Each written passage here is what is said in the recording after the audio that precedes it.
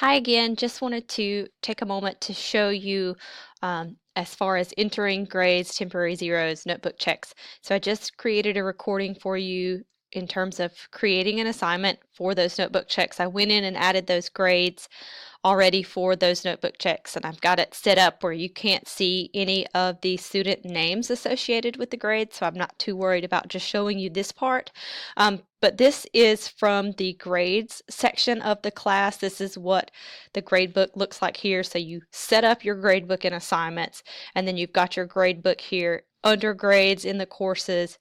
This shows you the individual grades for the students and then the grade for the assignments. All assignments, all items in the course. So I've got it set up. If you go right here to the cogwheel, I've already got it set up to have the assignments arranged by due date. So that's why you don't see that option here. But I went to this cogwheel in the right hand corner and I selected arrange by due date. And then I also moved the final grade to the very, very front of the class. That way, when I first log in, I've got the student's name on the left-hand side. I've got their ID, which is their school email, and then right behind it, it'll show the final grade or that current average for that student. I like to have it set up that way. So you can definitely set it up whichever way you want. Oops. Didn't mean to do that. Let me go back. You can set it up however you want, but I wanted just to show you, I hope that didn't erase my grades for my notebook check. Just wanted to show you what it would look like, if it'll quit doing that, with the final grades. Okay, so I'm on my laptop, not my desktop. Let me go in and move those final averages. So here's the final average, this total, and I'm just going to move it to the front. I like to have it at the front. And then you can see your weights, your groupings that you already set up under assignments. So I'm going to move this final grade to the front. That's just a personal preference. And like I said, I already have this set up this way on my desktop, but every time you log into your account with a different computer, you have to reset up sometimes. So I've got those final grades moved to the front so that I can easily see the name with the final grade. Let me go in and show you as far as notebook checks. So I hope that didn't lose my notebook checks. Nope, there it is, 12-7 notebook checks. So this is one of the schools that I do notebook checks from, and we have to enter temporary zeros weekly. So I like to do that on Monday, but as long as you get those in weekly, it keeps the averages as accurate as possible, so then at the end of the quarter or the end of the semester, there's no surprise when you go in and add those zeros for any late or missing items. The students know what their average is. It also lets them know what's past due, which of course they'll see in their to-do list. Just like you as a teacher have a to-do list that shows you what needs to be graded, the students have a to-do list on their dashboard, and that tells them what assignments need to be done. That's why it's important that we assign those due dates when we're in the course and setting it up and doing those pacings for the courses. In their to-do list, it'll show them what's late and missing as well. But with the notebook checks, having the grades arranged by due date, it easily allows me to go in and add those temporary zeros. Now, you'll notice this first student up top doesn't have any grades.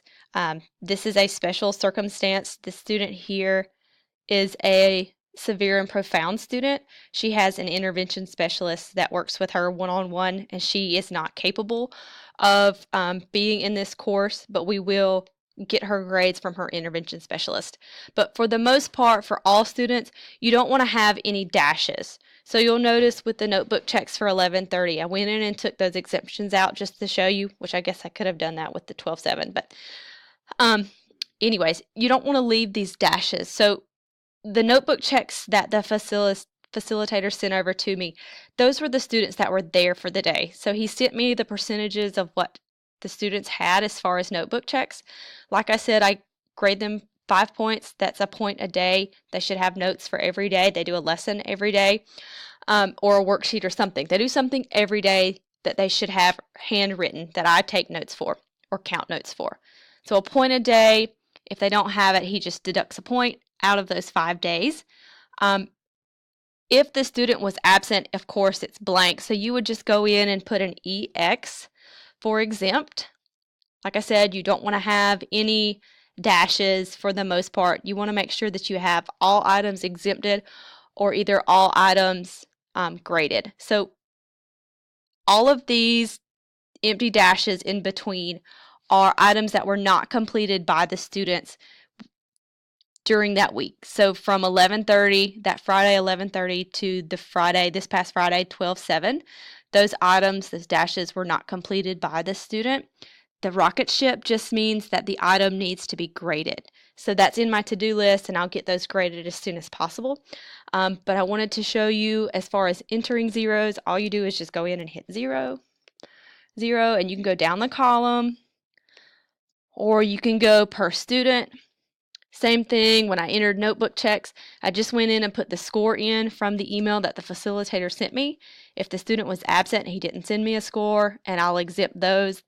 Of course, they can go back and show the facilitator once they come back if they have those notes, and we can put those grades in. But you don't, like I said, you don't want to leave anything blank, so you don't want any dashes unless there's a special circumstance.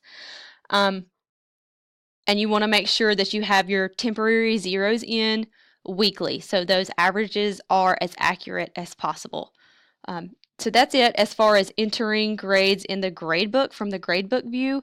Of course, when you grade things from the to-do end in the teacher section, it'll automatically update the grade that you enter from your to-do list from the speed grader into the gradebook. So you don't have to worry about doing that, doubling up doing that. Once you enter that grade from your to-do list from the speed grader, it automatically updates the gradebook. So I hope that's helpful, and I'll finish doing this and I'll have another recording for you as I continue to work. Thanks.